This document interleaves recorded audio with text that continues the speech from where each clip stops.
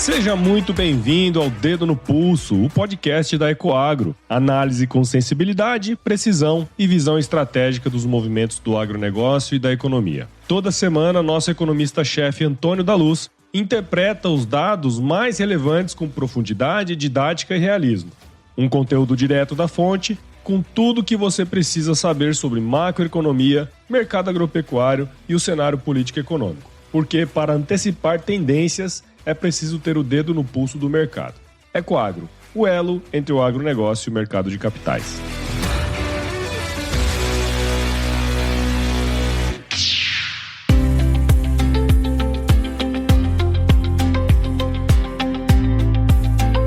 Olá, investidores! Olá, pessoal do agronegócio! Que bom tê-los conosco também nessa semana que vai do dia 6 ao dia 12 de julho de 2026. Sejam todos muito bem-vindos ao Dedo no Pulso, panorama macroeconômico e o agronegócio, que é um oferecimento da Ecoagro, a maior securitizadora do agro do Brasil. Pessoal, esta semana é uma semana muito importante porque temos IPCA. Sai o IPCA que vai ser mais um conjunto de informações importante para as próximas decisões de política monetária. Além do mais, nós vamos ter o IGPDI, que também é uma inflação medida no nível do atacado, e vendas no varejo. É bom lembrarmos que nós já tivemos os dados de indústria, da produção industrial, que eu vou trazer aqui hoje, e já antecipo, eles são de desaceleração. As vendas no varejo desaceleraram no mês passado, e a economia brasileira caminha para uma complexa situação de desaceleração econômica,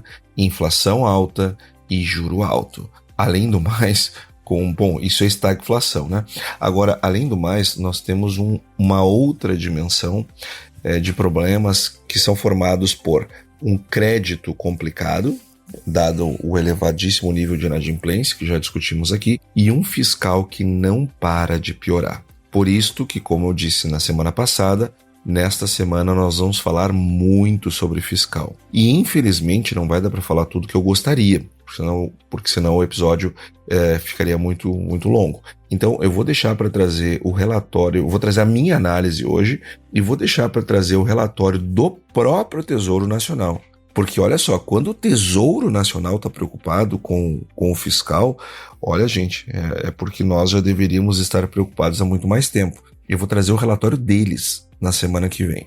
Hoje eu vou trazer os dados base, a minha própria análise e semana que vem a gente complementa. Além disso, nós vamos ter balança comercial aqui no Brasil. Lá nos Estados Unidos, que nesta semana que passou nós tivemos um decepcionante payroll, que inclusive fez cair muitos mercados por lá na quinta-feira, quando o dado saiu. Mas nós vamos ter também os PMIs, nós vamos ter também balança comercial deles, lembrando que eles divulgam sempre um mês depois do nosso, né? A gente divulga bem mais, com mais antecedência do que eles.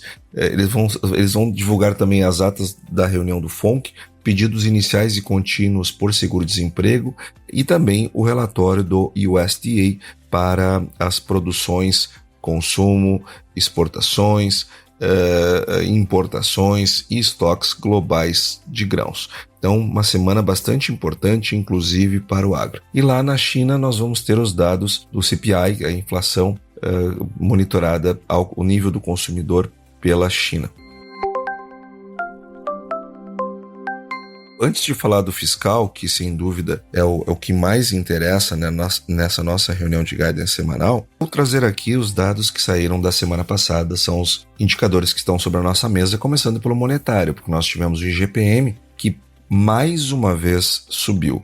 Já é agora, nós estamos falando agora do quarto mês consecutivo de alta no IGPM, 3,18 a inflação em 12 meses. Mas lembrando que há 4 meses atrás nós tínhamos deflação e há 5 meses atrás nós estávamos aprofundando essa deflação. Então é 13,18 porque nós viemos de uma deflação lá de fevereiro. Agora, se eu juntar a deflação com a inflação, nós estamos falando de quase 6 pontos percentuais de elevação. Então não pense que esses 3 é pouco, porque não é. O IPP, o Índice de Preços ao Produtor, ele tem a mesma situação. Já é o 4º mês consecutivo de elevação, lembrando que nós chegamos, se eu pegar todo o movimento, que lá no final do ano ele estava com deflação, no início do ano também, aprofundando a deflação inclusive. Se eu pegar agora, ele está em 1,99. Se eu pegar o movimento inteiro, nós estamos em 6,50, exatamente é a diferença entre a deflação e a inflação de agora. Então subiu 6,5 ponto percentual o índice de preços ao produtor do início do ano para cá, depois que nós tivemos a guerra, evidentemente. E os empréstimos bancários, eles tiveram uma alta no mês de maio para 0,57, eles aceleraram em relação ao mês de abril e tiveram um crescimento semelhante ao mesmo período do ano passado. Agora, quando nós olhamos o Boletim Focus, ele ficou bastante estável para a parte monetária, a Selic estável no final desse ano, em 14%, o IPCA também ficou 5,33%, depois de várias semanas de alta. Agora nós tivemos uma estabilidade. Já para 2027 nós continuamos tendo alta no IPCA. É a 6ª semana consecutiva. Agora o mercado está projetando 4,17% e para a Selic 12%, mantendo igual da semana passada. Agora o PIB ele teve um ligeiro ajuste de 1,98 para 2026 para 1,99. E do ponto de vista da atividade, nós tivemos o nosso CAGED, que ficou bem abaixo da expectativa. O mercado trabalhava com 115 mil postos de trabalho, enquanto vieram 73 mil postos. E a produção industrial mensal, ela teve uma queda de 0,2% no mês de maio e no acumulado de 12 meses, 0,4% é o crescimento da indústria, que teve queda nesta semana em relação à semana, nesse mês em relação ao mês passado, 0,4%, e desacelerando, é isso que mais assusta. Já o PMI para junho, ele teve uma ligeira alta para 50,8%, o que pode ser um bom sinal, quem sabe no mês que vem nós tenhamos um dado melhor da produção industrial. Os serviços também uma ligeira melhora para 51,30, enquanto o PMI composto ficou em 50,7, PMI baixo, mas um pouquinho melhor do que no mês passado. Falando agora de fiscal, pessoal, que nesta semana, sem dúvida, é o que mais está pegando, porque as preocupações elas são imensas. Antes de eu entrar propriamente no ponto, eu quero trazer os dados que saíram na semana, os dados dos resultados. O resultado primário, que ele vai pegar entre o que nós tivemos de receita e o que nós tivemos de despesa, sem considerar os juros. Nós tivemos um déficit de 56,1 bilhões de reais. Um déficit bem pior do que os 33 bilhões do ano passado, do maio passado. Então, em maio do ano passado, tinha sido 33,7 bi.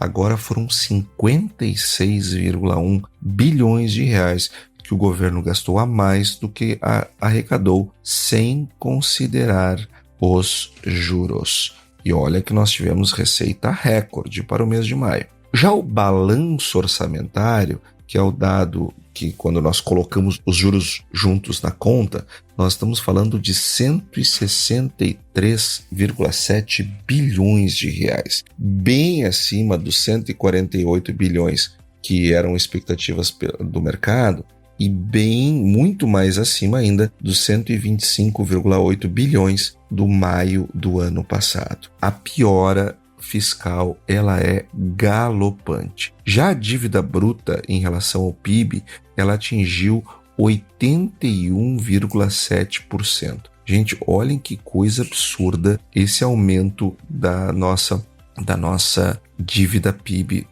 bruta, 81,7% e subindo de maneira assustadora, enquanto a nossa dívida líquida ela atingiu 68,33% do PIB, que é quando a gente tira fora da conta o setor não financeiro, só deixa dentro o setor financeiro. Então, nós temos que compreender que boa parte do que nós vamos discutir hoje parte de uma contradição que à primeira vista para muita gente pode não fazer sentido quando abre o jornal, porque Toda vez que a gente olha o noticiário, nós vimos recorde atrás de recorde de arrecadação.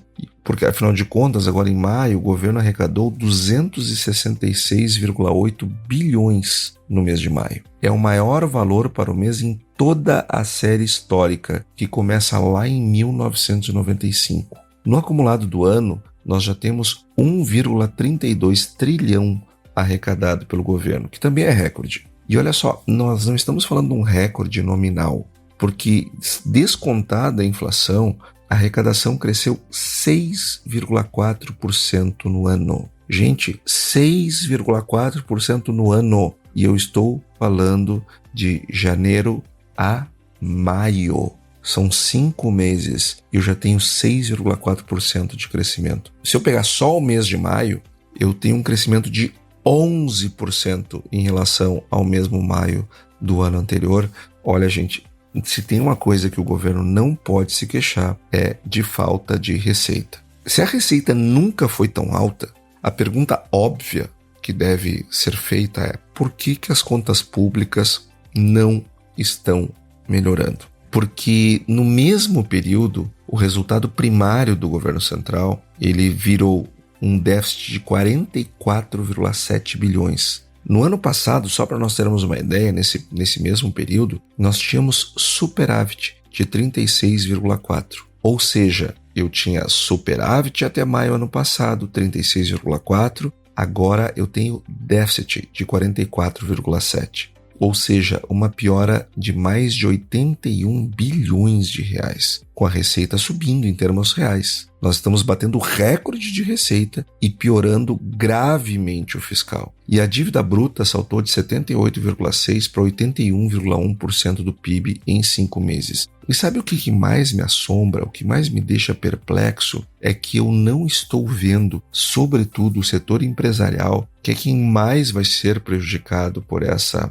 situação, se indignar da maneira correta. Parece sim que as pessoas estão anestesiadas, ou que não estão entendendo a gravidade do quadro, ou que não estão percebendo que isto é uma trajetória absolutamente insustentável. Isso não tem a menor chance de dar certo. E é justamente esse paradoxo que nós vamos desmontar hoje. Como a maior arrecadação da história convive com um buraco fiscal que só cresce. É isto que nós vamos abrir hoje. E a resposta ela tem 3 camadas. Nós vamos discutir a camada da despesa, que é a execução orçamentária por si, o que eu tenho de receita e o que eu tenho de despesa.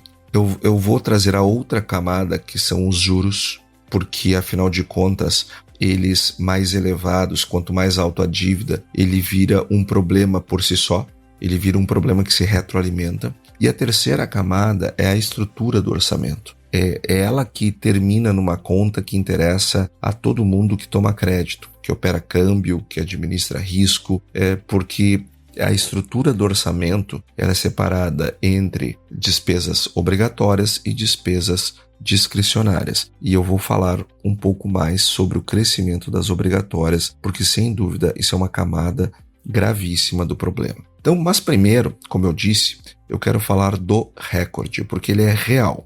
Eu começo pelo que está funcionando, porque é importante ser justo com o nosso diagnóstico aqui. A arrecadação federal, ela é de fato muito robusta, não é uma ilusão contábil, como são as despesas. A receita é real. Aliás, quem paga imposto sabe que... Aliás, quem está atento ao que paga de imposto sabe que se tem uma coisa que funciona é a arrecadação. E esse crescimento não é ilusão não, porque nós estamos pagando, sentindo na pele cada vez pagar mais impostos.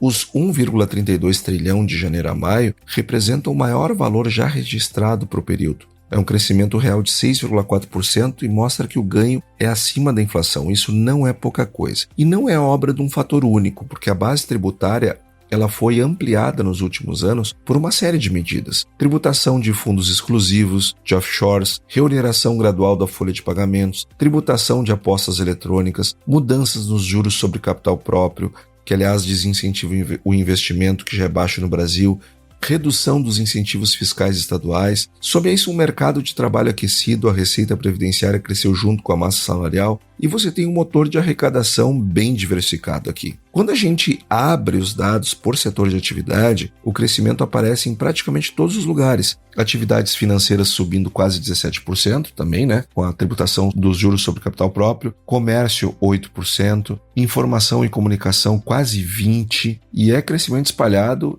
por toda a economia, não é num único ponto, não. Então, para deixar claro desde já, o problema fiscal brasileiro não está no lado da receita. Quem culpa a falta de arrecadação, e tem, viu? Tem, agora mesmo, o próprio ministro Durigan, numa das suas entrevistas, falou que agora tem pouco espaço fiscal para aumentar, aliás, pouco espaço para aumentar impostos, enfim. Gente, como assim pouco espaço? Não existe mais espaço nenhum. Pelo amor de Deus, o governo precisa discutir a redução de carga tributária. Agora, quando a gente olha para essa culpa da arrecadação, que o ministro Haddad, ele vivia dizendo isso, né? Que o problema era que os ricos não pagam impostos, o presidente Lula vive discursando, agora falou de novo coisas nesse sentido, os ricos não pagam impostos, e aí com essa bravata eles vão aumentando a carga tributária. E a arrecadação, ela está entregando recorde atrás de recorde, porque o governo não para de aumentar a carga.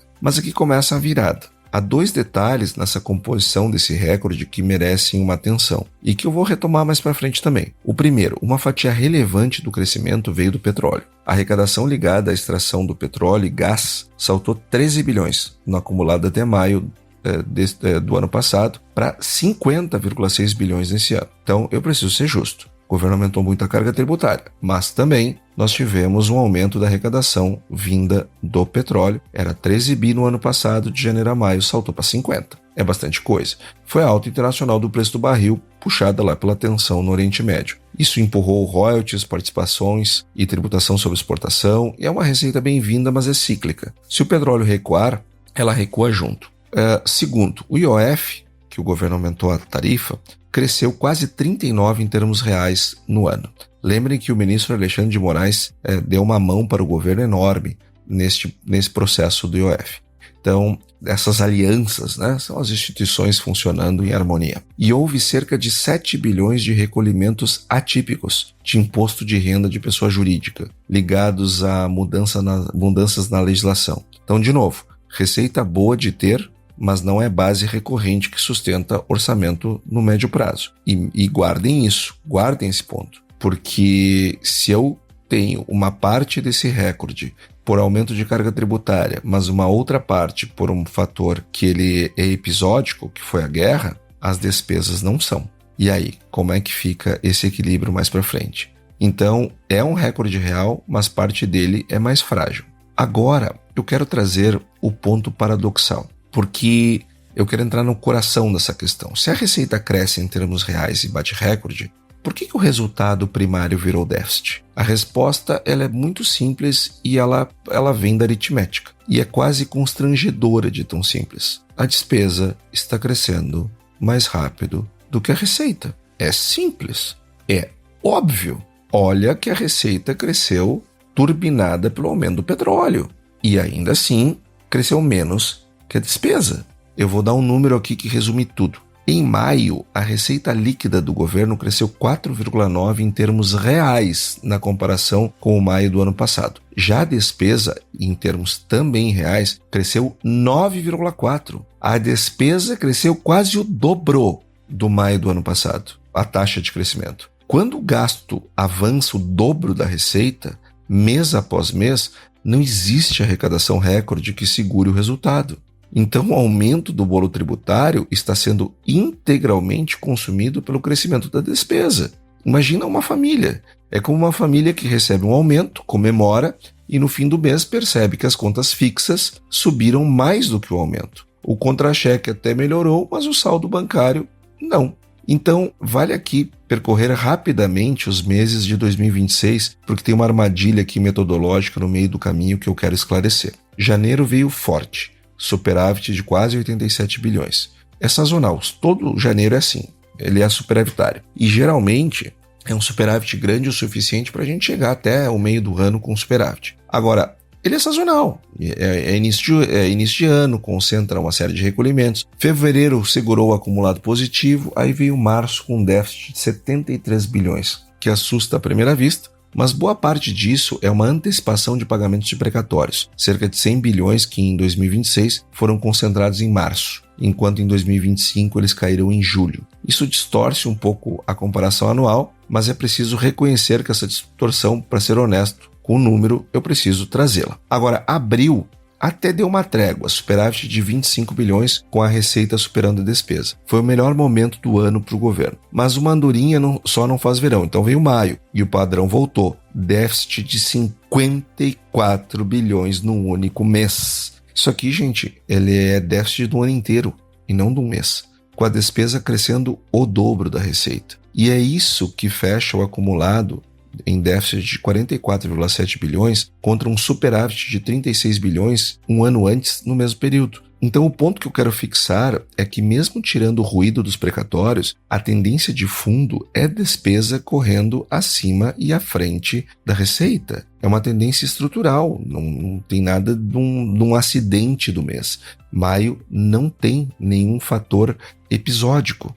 Agora eu quero trazer a outra camada, que são os juros, que é o verdadeiro motor do problema. Agora, eu não quero falar da balança entre despesa e receita somente, eu quero trazer os juros para o negócio, porque eu vou dar um passo que muita análise por aí não dá, e que é onde o problema realmente mora. Se a gente olhar só o resultado primário, nós subestimamos o tamanho do buraco, porque o que de fato move a dívida brasileira hoje não é o déficit primário apenas, são os juros. Os dados do Banco Central dessa semana que passou, eles foram contundentes. Saiu o relatório fiscal do Banco Central e ele mostrou que no conceito de necessidade de financiamento do setor público, o déficit nominal em 12 meses até maio chegou a 1,26 trilhão, que é 9,62% do PIB. Gente, 1,260 trilhão de reais como necessidade de financiamento do setor público,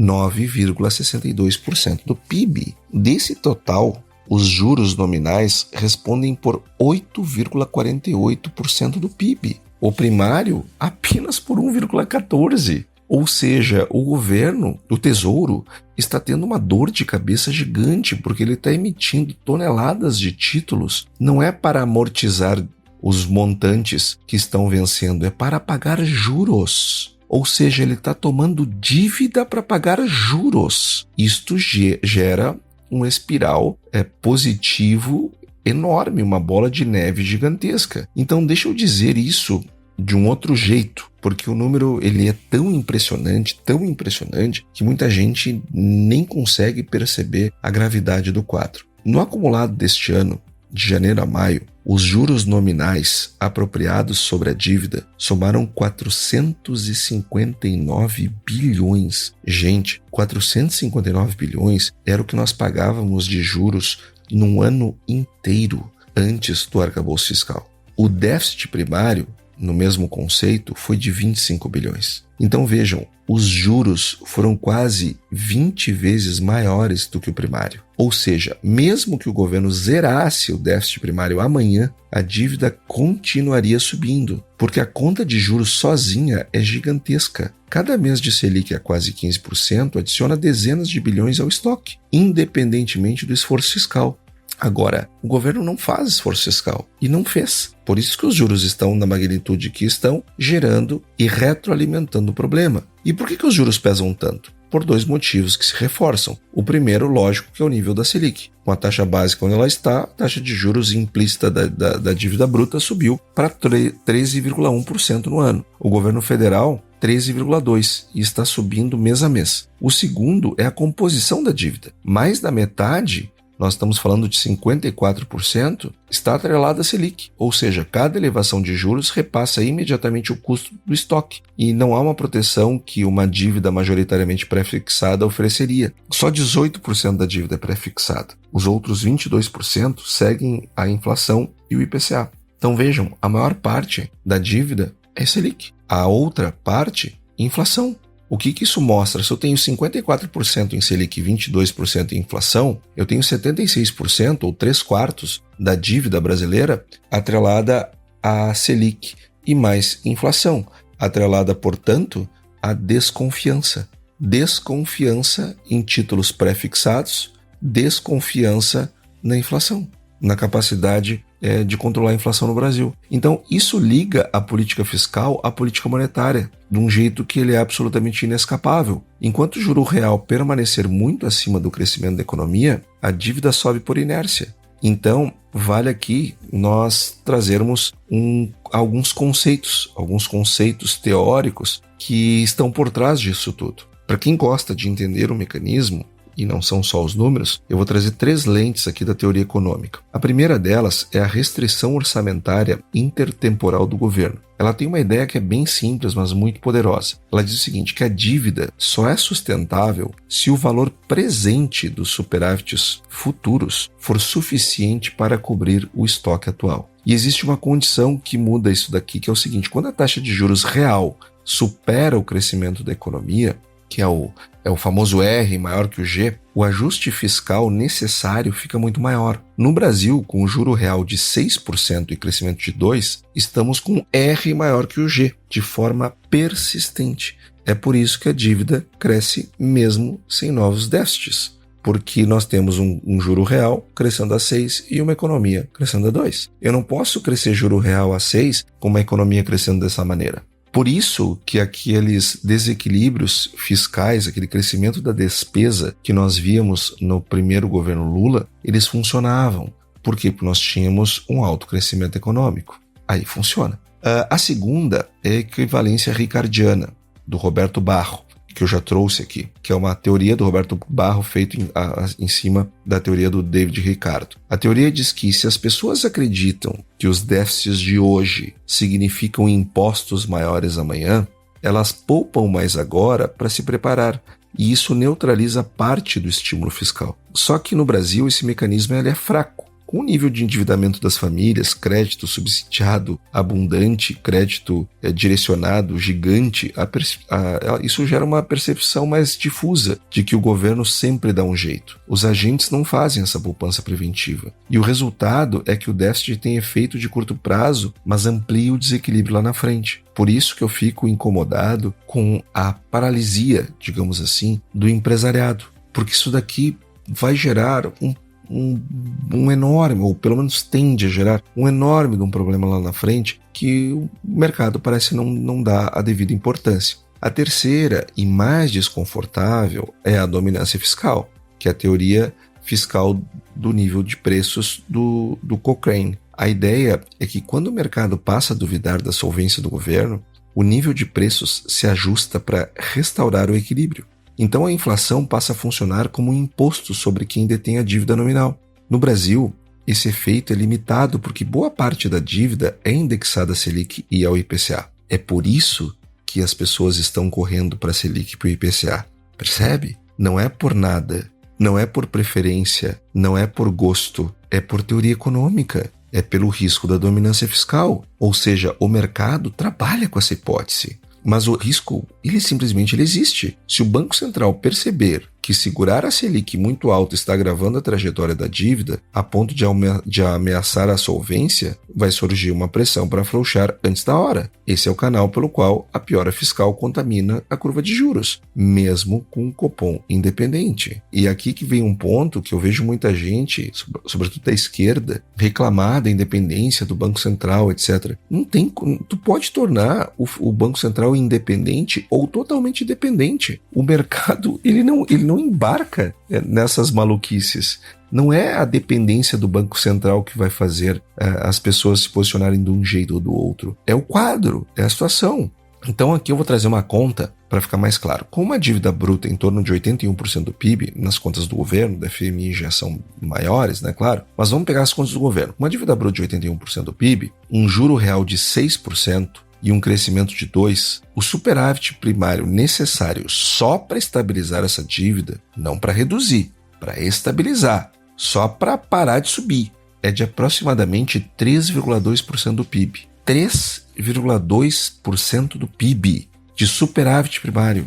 Então guardem esse número, 3,2%, porque vamos compará-lo com o que o governo promete daqui a pouco. Agora, eu quero falar, antes de entrar nesse ponto, eu quero falar sobre a meta de 2027. A âncora, está ancorada? Será? Porque o governo... eu quero trazer agora o PLDO. Porque o governo enviou ao Congresso, lá em abril, o projeto de diretrizes orçamentárias, o PLDO, para 2027. E ele fixa uma meta de superávit primário de 73 bilhões, o que equivale a 0,5% do PIB. Meio. O superávit de 0,5% não faz cócegas. Pela primeira vez em anos, uma meta de resultado positivo. Até parece uma boa ideia, mas quando a gente abre a conta, o quadro muda. Em primeiro lugar, porque o governo vai descontar cerca de 65 bilhões do cálculo de precatórios, de defesa, de pisos de saúde e educação, que foram gentilezas, foram interpretações bastante estranhas da Constituição por parte do Supremo Tribunal Federal, que abriu a Constituição em um determinado ponto, que enxergou lá uma possibilidade de tirar precatório da conta do primário. Eu, como economista, eu não faço a menor ideia como isso funciona. Eu não sou jurista, eu não sou advogado, mas eu vou dizer um negócio para vocês. Não precisa ser para saber que isto é uma enorme catástrofe. O Supremo Tribunal Federal legislar sobre enquadramento orçamentário, achar isso na Constituição, isto é um absurdo completo, mas ele achou. É só mais um de tantos absurdos que o Supremo Tribunal Federal tem feito para a economia. Já a defesa e pisos de saúde foi o Congresso que fez esta gentileza. O fato é que o governo, com auxílio do Supremo e do Congresso, tem jogado sujeira para debaixo do tapete, coisa que a Dilma não foi por esse caminho e aí terminou sendo impeachmentada por pedaladas. Agora, isso não são pedaladas, porque estão legalizadas, ora pelo Supremo, ora pelo Congresso. Com esses abatimentos, o resultado primário efetivo, o esperado, ele cai dos 65 bilhões, aliás, dos 73 bilhões para 8 bilhões, ou seja, 0,05% do PIB, praticamente zero. A meta é de 0,5%. O número que sai da conta real é quase nulo, e nós temos que fazer 3,2% do PIB, só para a dívida parar de crescer. Então, o segundo ponto, e mais grave, que para sair do déficit efetivo, de uns 60 bilhões estimados para 26 e chegar ao superávit nominal de 73 bi em 27, seria preciso reverter mais de 130 bilhões de resultado primário em 12 meses. Isso é uma virada enorme, enorme. Por isso que eu tenho pena, eu tenho dito sistematicamente aqui, eu tenho pena da próxima equipe econômica. Imagina assumir um país com um déficit primário no ano anterior de 60 bi e ter que entregar um superávit de 73 bi. E mesmo assim, só para cumprir a regra vigente. Não é para estabilizar a dívida, porque aí nós estamos falando de entregar 0,5 ponto percentual de superávit e não 3,2% de superávit para estabilizar a dívida e tornar o país governável. Olha o tamanho do esforço fiscal que a próxima equipe econômica terá que fazer. Vejam o tamanho da responsabilidade do debate sobre esses assuntos neste período, para que não fiquemos discutindo adjetivos dos candidatos ao invés de discutir como sair do atoleiro, como não ir mais ainda para o centro do atoleiro. Então, nós precisamos de uma virada enorme, que não se faz sem um pacto social importante e que nunca acontecerá sem nós termos uma explicação, um debate, uma demonstração para a sociedade com clareza do que está acontecendo. Agora, é óbvio que o mercado ele não acredita que isso vai acontecer. O Boletim Focus, do Banco Central, ele projeta para 2027 um déficit de 0,4% do PIB, e não um superávit de 0,5%. Exatamente o oposto do superávit de 0,5% que o governo está prometendo. A diferença entre a projeção oficial e a do mercado é de quase 1 ponto do PIB, algo como 130 bi. Então, é uma situação muito complicada. Se nós olharmos como estabilizar essa dívida, isso exigiria um esforço que nós não estamos enxergando minimamente o governo fazer. A própria instituição fiscal independente, a IFE do Senado, ela ainda é mais dura, porque ela calcula que o país precisaria de 2,1% do PIB de superávit por ano só para estabilizar a dívida, ou seja, não é 3,2% num ano só, é 2,1% ao longo de vários. E ele projeta que, mantidas as regras atuais, a dívida bruta pode chegar a 115% do PIB até 2036. Gente, 115% do PIB. Nós estamos num país emergente, com dívida de curto prazo, atrelada a Selic e IPCA, nós estamos falando de pagar impostos para pagar juros. Não é para melhorar o país, não é para investir, não é para melhorar serviços públicos, não é para sair da pobreza, como muitos se colocam como grandes defensores dos pobres, enfim. Não é para tirar o país da pobreza, não é nada disso. Nós estamos falando simplesmente trabalhar, pagar cada vez mais impostos para pagar juros. Então, vamos voltar ao número que eu pedi para vocês guardar lá atrás. A conta da estabilização dá 3,2%. A IFE fala em 2,1%. O governo promete meio nominal, que na prática não é meio, é 0,05%, porque tem aqueles recortes da dívida das despesas primárias que o Supremo e o Congresso autorizaram o Executivo a fazer a contabilidade criativa. Nenhuma dessas metas chega perto do que seria necessário. Mesmo que o governo cumpra a meta da PLDO à risca, a dívida continua subindo como proporção do PIB. A âncora fiscal ela existe só no papel.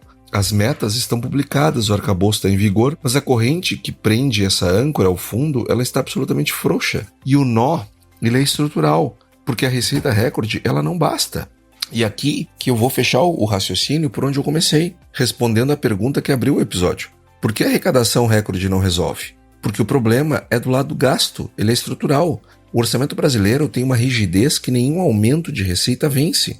Quase metade dos gastos da União é indexada ao salário mínimo. Então, aposentadorias do regime geral, o BPC, o seguro-desemprego, tudo isso sobe automaticamente com o reajuste do mínimo e tem ganho real desde 2023. Some o envelhecimento da população, que aumenta o número de beneficiários todo ano, eu tenho uma bomba previdenciária. Agora, o próprio PLDO, ele admite isso. As despesas obrigatórias, elas já são 90% da despesa primária total em 2027 e sobem para 90,7% até 2030. Isso significa que a parte discricionária do orçamento, onde estão os investimentos, o custeio da máquina, a manutenção da máquina pública, ela está sendo espremida ano após ano.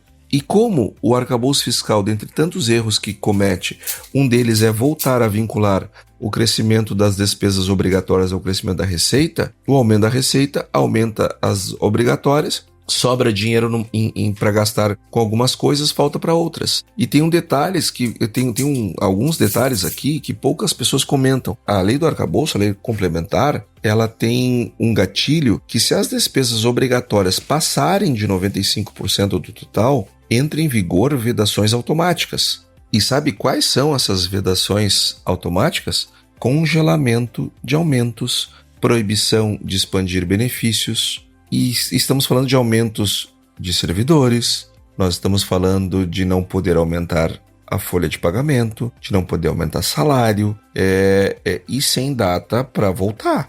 Porque esses 95%, quando eles batem, o orçamento fica de tal forma engessado que nós começamos a ter congelamento de aumentos de salários, congelamento de aumento de terceirizados, de poder fazer contratos terceirizados, proibir expandir benefícios, e nós estamos falando de coisas que são muito difíceis de dar para trás. É um gênio que depois que sai da lâmpada, tu não coloca ele mais para dentro. Quantos anos? Talvez anos não seja a medida correta. Talvez sejam décadas para nós podermos falar de voltar a dar aumentos para servidores, por exemplo, pela regra vigente. É 95%. Nós já estamos em 90%. Falta 5 pontos. Um choque de arrecadação, uma queda no petróleo, por exemplo, uma despesa pode adicionar um gatilho que até 2028 ou 2029 isso já chegue. E ainda há uma nova isenção do imposto de renda para quem ganha até 5 mil, em vigor desde janeiro. É uma renúncia estimada entre 25 e 30 bilhões ao ano. Receita recorde de um lado, renúncia estrutural do outro. Junte tudo isso agora. Previdência crescendo mais de 25% de 24 a 27. 25%, gente, de 24 a 27 a Previdência, por causa do salário mínimo. BPC crescendo mais de 40%, metade do orçamento indexado ao mínimo. E uma receita que, apesar de recorde, depende de fatores cíclicos, como o petróleo. Quando o crescimento da despesa é estrutural e o da receita é cíclico, o desequilíbrio de médio prazo ele é uma obviedade. E é por isso que aumentar a arrecadação, mesmo em ritmo recorde, só corre atrás de uma despesa que sempre larga na frente. O ajuste sustentável não vem de mais imposto. Que ele vem é de reforma do lado do gasto. Então, só que por isso que nós deveríamos estar discutindo este assunto dentro das campanhas eleitorais. Porque isto não vai ser discutido se não for proposto. Não há nenhum interesse por parte de governante nenhum de trazer esse tema. Porque este tema é espinhoso. É muito mais confortável e traz mais voto discutir quem é mais ladrão, quem é mais corrupto, quem fala mais groselha, quem disse algo mais escandalizante, ou seja, discussões que eu não nego a sua importância, mas elas são bem menos importantes do que aquilo que nós estamos pela frente. Ecoagro, o elo entre o agronegócio e o mercado de capitais.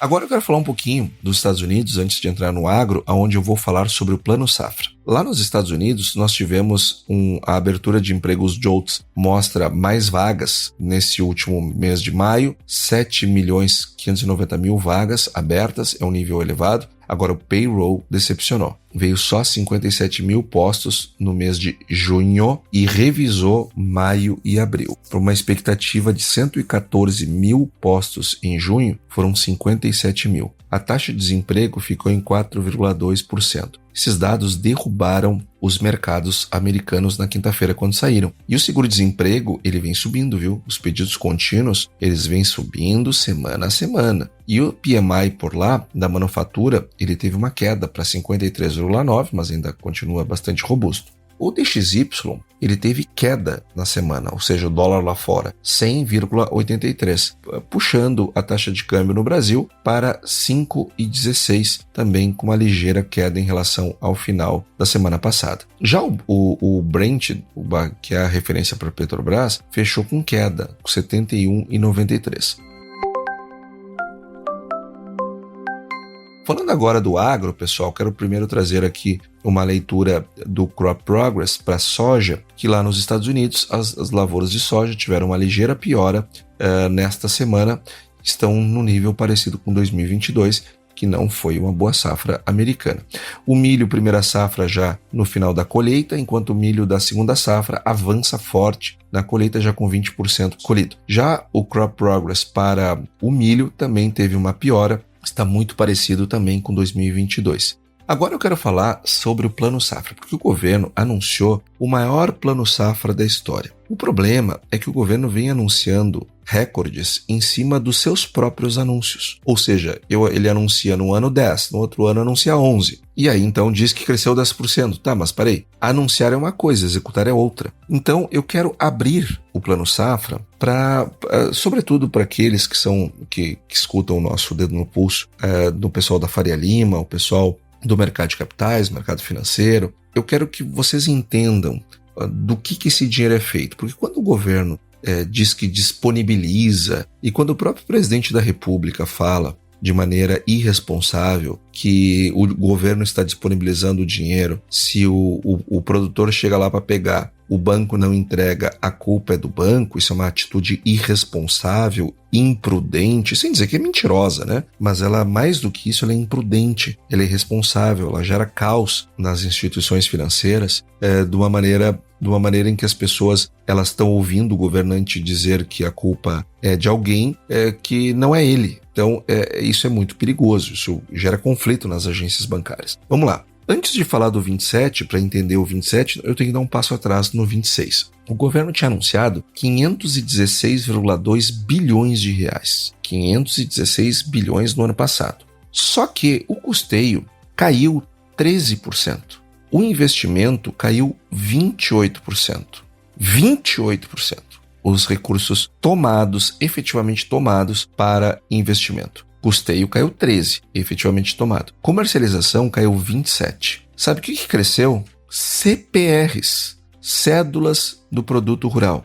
Cresceu 8%. E hoje o maior funding de financiamento de um plano safra são as CPRs. 185 bilhões de reais são CPRs. Gente, CPRs não são operações de crédito, são títulos emitidos. Do mesmo jeito que debenture não é uma operação de crédito, é uma operação de dívida, são coisas diferentes. Uma CPR também não é uma operação de crédito, ela é uma operação de dívida. Então, ela não pode ser colocada num contexto de plano safra, que é um instrumento de concessão de crédito.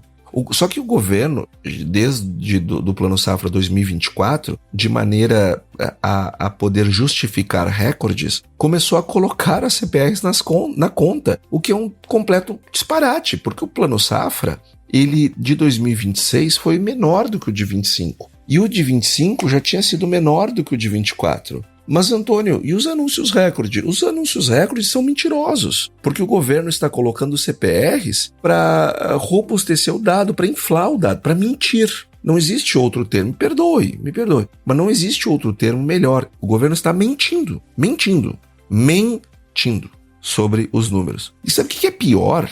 É que mesmo mentindo, colocando CPR, ainda assim o número é menor. Há uma queda de 15%, mesmo as CPRs aumentando 8%, a queda no custeio, investimento e comercialização são tão elevadas que o número total caiu de 458 para 433 bilhões de reais até maio. Então vejam como o governo ele está mentindo, seja inflando os dados com CPR, seja anunciando uma coisa e efetivamente tendo outra. Outro ponto importante que nós temos que entender é que o próprio governo, por uma questão de constrangimento, aliás, não é por questão de constrangimento, tá? É porque os técnicos do governo, técnicos que são servidores do governo, são muito mais responsáveis do que os governantes, do que os políticos. E os técnicos do Ministério da Agricultura fazem um excelente levantamento de acompanhamento do Plano Safra. E eles fazem este acompanhamento também sem incluir CPR. E justamente eles fazem isso porque sabem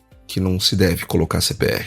Então, neste caso, a queda é de 11% no Plano Safra 26 na comparação com o 25. Então aqui meu reconhecimento e meus cumprimentos aos servidores do Ministério da Agricultura que fazem um trabalho sério, independente do governo do turno. E como eu falei, se eu pegar só custeio, eu tenho 189 bilhões até maio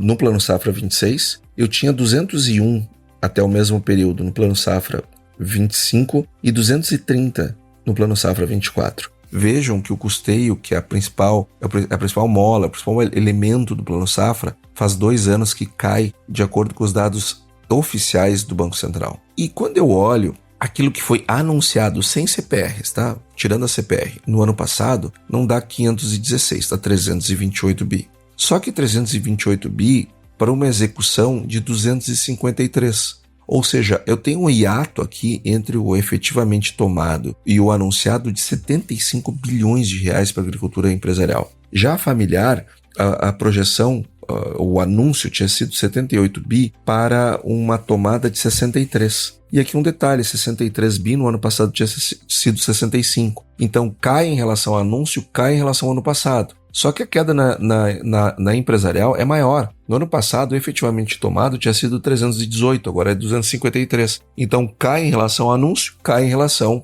ao valor efetivamente tomado. Quando eu olho o número de contratos, porque de trás de cada contrato tem um CPF e de trás de cada CPF tem uma pessoa, nós temos 100.761 produtores que tomaram crédito no Plano Safra 25, que não conseguiram tomar no Plano Safra 26. E isto é bastante grave. Agora, gente, eu quero falar sobre da onde vêm os valores. Porque quando o governo diz, olha, o governo está disponibilizando, gente, isso não é verdade. Desse valor anunciado, 525 bi, apenas 97 bilhões recebem algum tipo de subsídio no juro.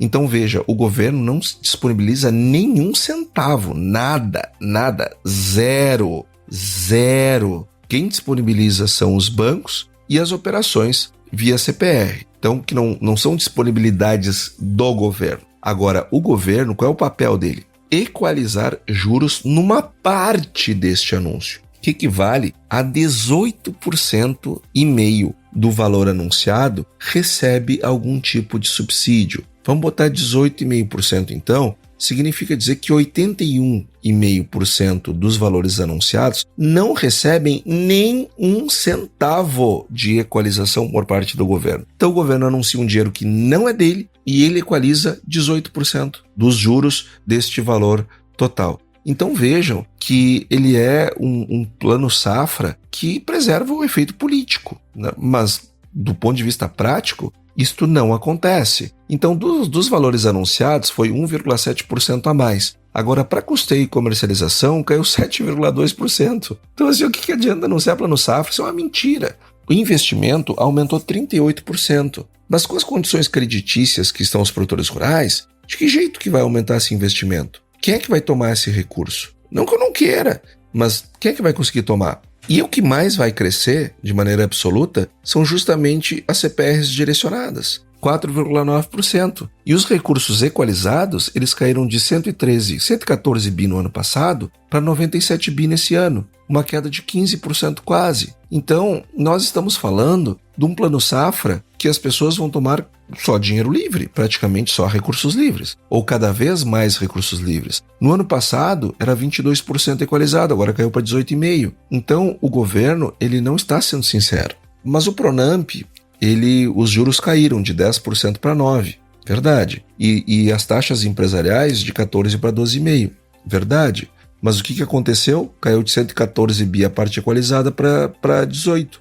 Ou seja, se você aumenta o volume, o spread, a diferença entre os juros tomados pelo produtor e a Selic, maior é o custo de equalização. Se o governo não tem dinheiro para equalizar, vai ter menos recursos equalizados. Ah, mas Antônio, o governo anunciou que vai aumentar a parte equalizada. Os valores equalizados vão aumentar de 3,94 bi para 5,56 bi. Então aqui, gente, aqui é um ponto importante, tá? O governo está dizendo que vai usar 5 bilhões 560 milhões para equalizar juros. Então, desses 525 bi que o governo está anunciando, o que efetivamente está saindo do caixa do Tesouro é 5,5 bilhões. Só de 525 bilhões, 5,5 bilhões. 1% do valor. Percebe que é 1% do valor? De tudo que o governo anuncia, o que ele efetivamente tira do bolso é 1% do valor. E aí o presidente Lula tem a cara de pau de dizer que se as pessoas chegarem no banco e o dinheiro não tiver para elas, a culpa é do banco. Olha o caos que se cria numa situação dessas. Uma mentira de um governante irresponsável, imprudente, pode inclusive gerar problemas de segurança para as pessoas que trabalham nas agências bancárias, sem dizer que nos problemas de planejamento que geram para o produtor, seja ele empresarial ou familiar. E aqui vem meu outro ponto. Bom, então está aumentando 41% o valor equalizado. Sim, no orçamento sim. Agora, me cita nesses últimos 3 planos safras que encerraram, qual foi um ano que o governo executou aquilo que tinha anunciado? Um só. Eu não quero 2, gente. Eu quero um só. E eu vou dizer uma coisa para vocês. Vai ser na casa de 3 bilhões, nada mais do que isso, os valores equalizados.